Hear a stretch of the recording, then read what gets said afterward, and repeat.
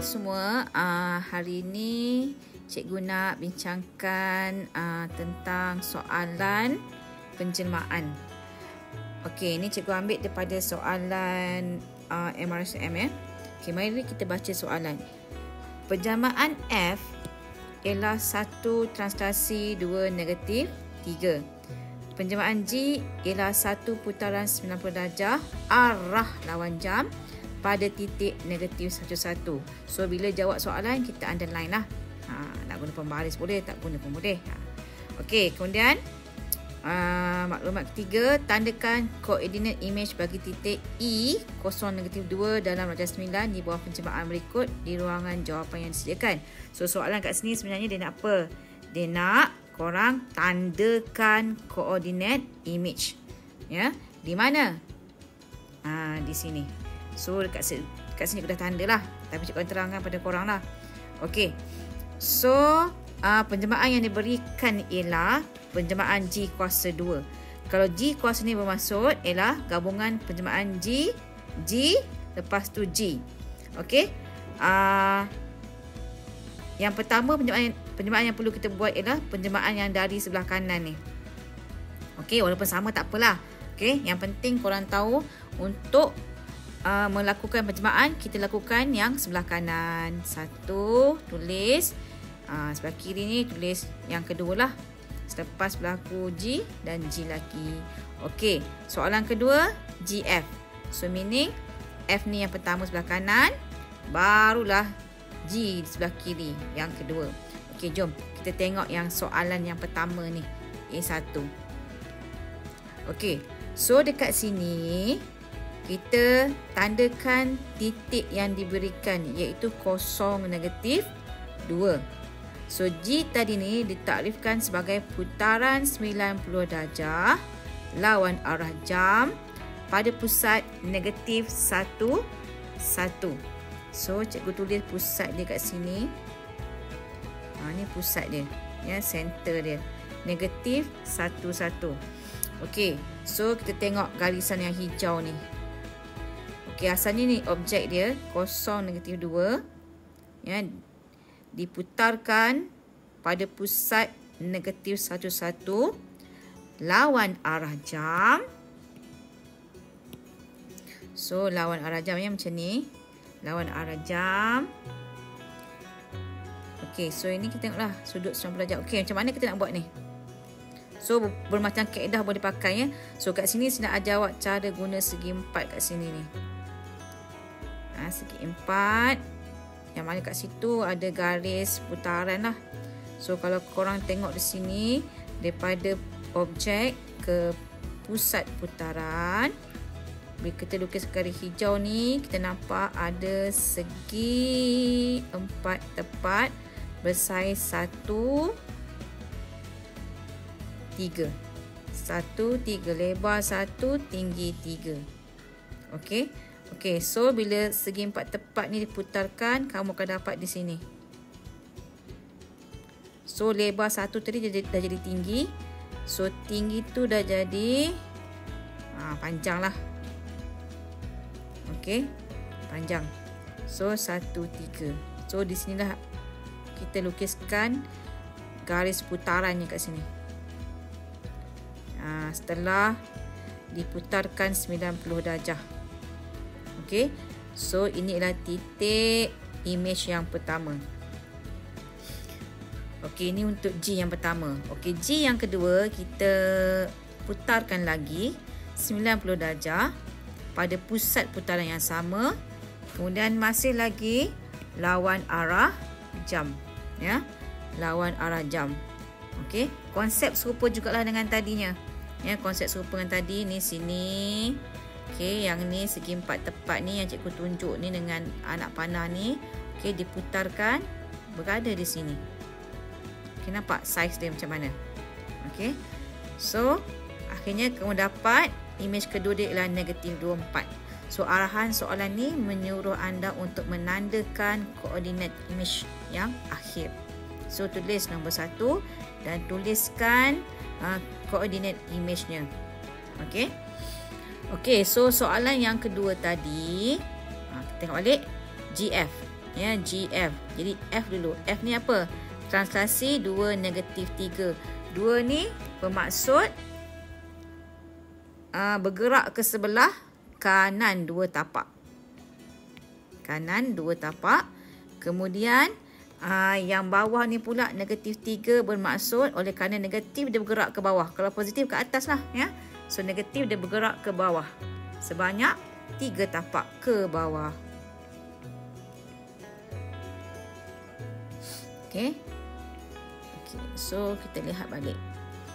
Okey, jadinya daripada objek kosong negatif 2 ni. Kosong negatif 2 ni. So kita bergerak 1, 2 ke kanan. Dan kemudian ke bawah 3. Ya, 3 tapak. 1, 2, 3. So you all dapat di sini image yang pertama. Ya, koordinat dia kalau nak tulis 2 negatif 5. Okey, setelah siap penjelmaan pertama iaitu F, kita proceed pula penjelmaan kedua G. Ya. G putaran 90 darjah lawan arah jam pada pusat negatif 11. Guna je konsep yang cikgu ajar tadi. Kalau kita tengok segi 4 yang terbina dekat sini ni. Okey. So lebar dia 3. Kemudian tinggi dia 6. So 3, 6. 1, 2, 3. 1, 2, 3, 4, 5, 6. 3, 6. Okey. Jadi bila lebar ni diputarkan akan jadi tinggi kan. Nampak? 3 sini. 1, 2, 3. Kemudian 1, 2, 3, 4, 5, 6. Yang tinggi tadi dia panjang. Boleh nampak? Arrow yang cikgu tunjuk. So, korang tulislah. Nombor 2 Roman. Koordinat image yang kedua ialah 54. Okey, settle soalan A. Sekarang kita tengok pula soalan B. Okey, B nampaknya diberikan. Tengok, baca soalan 3 segi 4 ABCD. Yang berlorek ni PQRS yang kat sini. PQRS. Kemudian JKLM. JKLM yang besar ni. Dilukis pada suatu satah kartesan. Okey, kita lihat page sebelah. PQRS ialah image bagi ABCD. So, PQRS image bagi ABCD. So, ABCD ni ialah objek. Okey, objek. So, korang tulislah objek dekat ABCD ni, objek. Kemudian PQRS tadi ialah image. Boleh? Okey, so kita baca lagi. Okey, yang tadi ni di bawah, sorry. So, di bawah penjelmaan V. Ya, di bawah penjelmaan V. Okey, dan JKLM ialah image bagi PQRS di bawah penjelmaan W.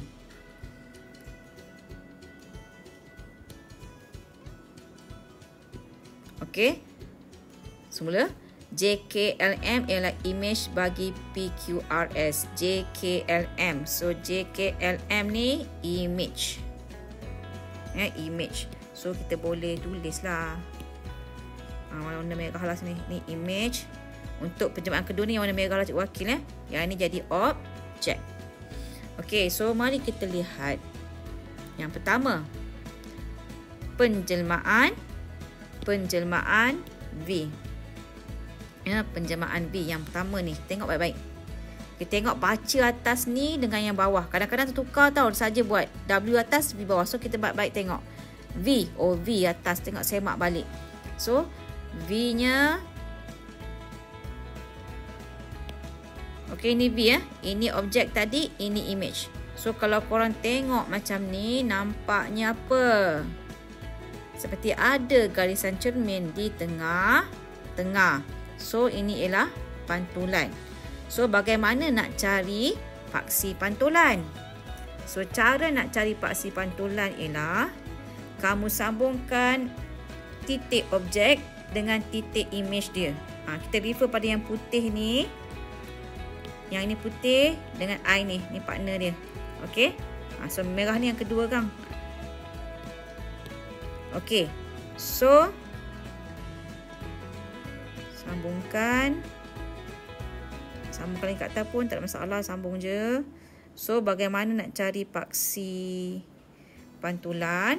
So, korang tengok dekat sini. Sini ada berapa kotak. Antara D, titik D, objek dengan image JR. 1, 2, 3, 4. So, 4 kotak ni bahagi 2. Ataupun samalah kalau kira kotak. So, 3, 6. 6 bahagi 2, 3. So, ni tengah-tengah dia. Okey, tengah-tengah dia kat situ. So, itulah paksi pantulannya. Okey.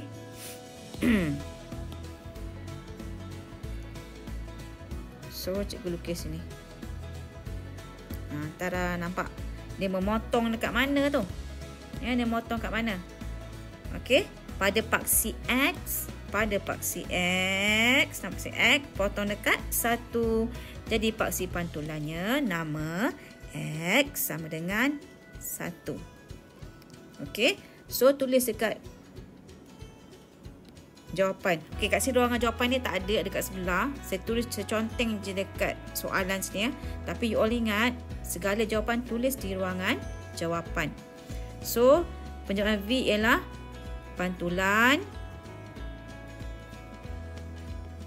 pada garis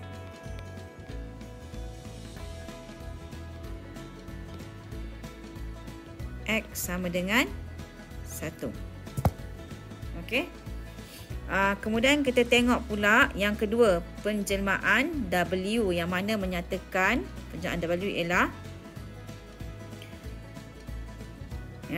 JKL image bagi PQRS. Okey. So kita tengok. Tengok sini.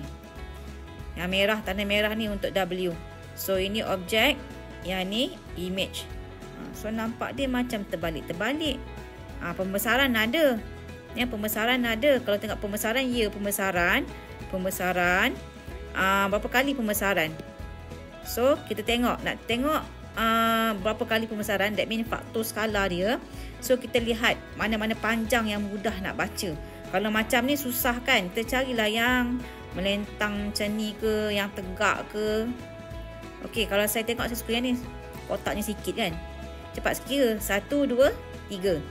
Okey, PS ni dia punya partner dia lah MJ. Ya, MJ. Jadi kira. Ada 6. Okey, 6. Jadi faktor skala dia punya rumus ialah panjang image bahagi panjang objek. So, cikgu conteng. Faktor skala ni kalau dalam kertas soalan dia guna K. Ya, K. So, saya bagi dua-dua. Kalau K itu means faktor skala. K sama dengan panjang image. Panjang ke size ke tak kisah. Tapi janji image. Per panjang objek. Ya. Tinggi ke apa tak kisah. Tadi 6 bahagi 3, 2. Tapi awas belum habis lagi ni. So, kita tengok. Okey, kita tengok. Sekarang kita cari. Tu belum habis lagi ya. Okey. So, kita tengok sini. Sekarang kita nak tentukan pusat pembesaran dulu. So, baru kita tahu faktor skala ni negatif ke positif. Okey. So, katakan R ni objek, titik objek, bucu objek. Image dia yang sepadan ialah L L. So, korang lukiskan. Cikgu nak pilih color apa? Okey, purple lah. Kita pilih purple So, sambungkan R ke L. Okey, nampak? So, kalau bawah satu garis tak nampak lagi. Dia punya pusat pembesaran dekat mana. So, tengok Q pula. Q, objek Q ni. Image dia K. So nampak dah sikit-sikit kat sini. Okey. So kita tengok P pula. P. So P ni P. Oh Allah. Sorry, lupa nak ambil garis. So P.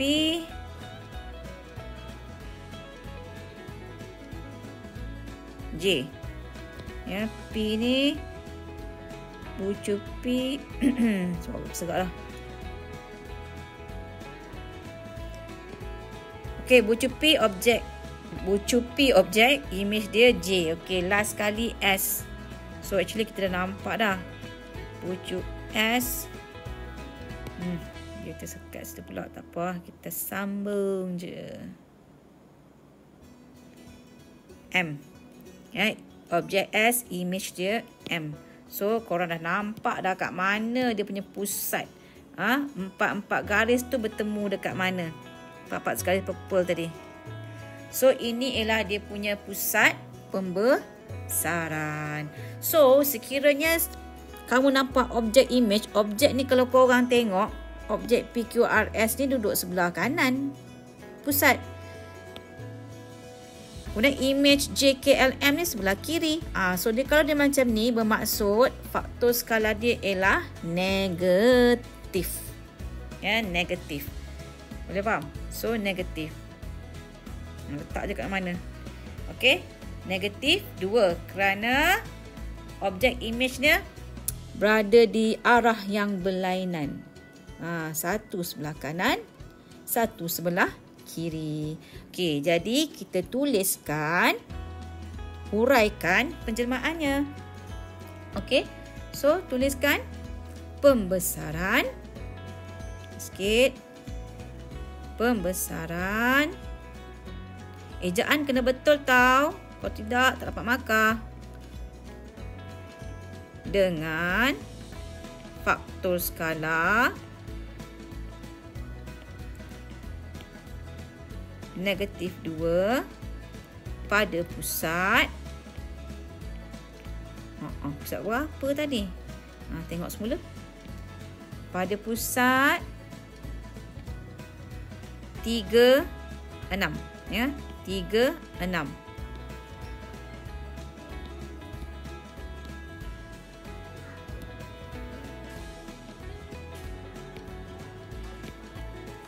Okey, boleh. Clear. Pada pusat 3, 6. Okey, so seterusnya yang last sekali. Diberi bahawa JKLDB, kena baca JKLADCBM ialah 78 unit persegi. Hitung luas bagi kawasan berlorek. Okey, so kita tengok yang ditulis tu JKLADCBM.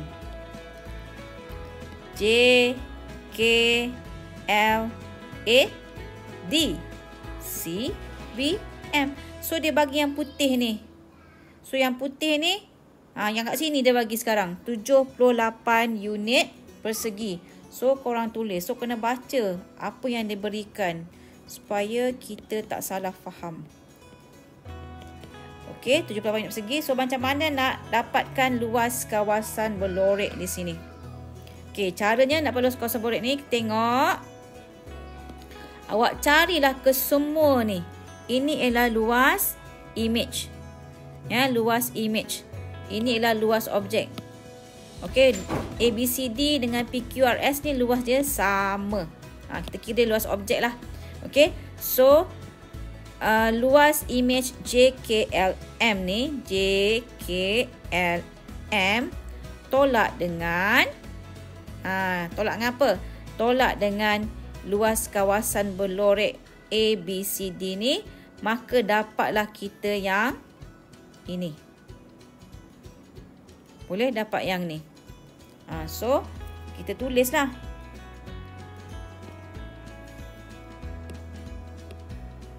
Okey. Luas image cikgu tulis LI. Luas image tolak luas objek sama dengan 78. So kita guna apa? Formula apa? K kuasa 2 darab luas objek. Ini note untuk korang. K kuasa 2 darab luas objek. So, Li K kita tadi ialah negatif 2 kuasa 2 darab dengan luas objek LO tolak LO sama dengan 78. Negatif 2 kuasa 2 ialah 4. 4 LO tolak LO sama dengan 78. So, kalau korang tengok ni, ini 4 LO. LO ni sama dengan 1 LO ni kita kira macam sebutan serupa. Seperti 4X, ini jadi X, ini X. 4X tolak X berapa? Kalau sebut macam tu semua boleh jawab. 3X. Sama je. Ini 4 LO tolak LO ialah 3 LO. Sama dengan 78. Jadi LO yang kita ambil tadi ialah luas kawasan below rek. Okey, luas LKB, luas kawasan below rek. Saya memang suka tulis penuh. Okey, sama dengan 78 bahagi 3. So, 3 pergi sebelah dia bahagilah. 78 bahagi 3, kita kira 26 unit persegi. Okey, boleh? Itu saja daripada saya. Sekian. Terima kasih. Bye. Selamat menjawab.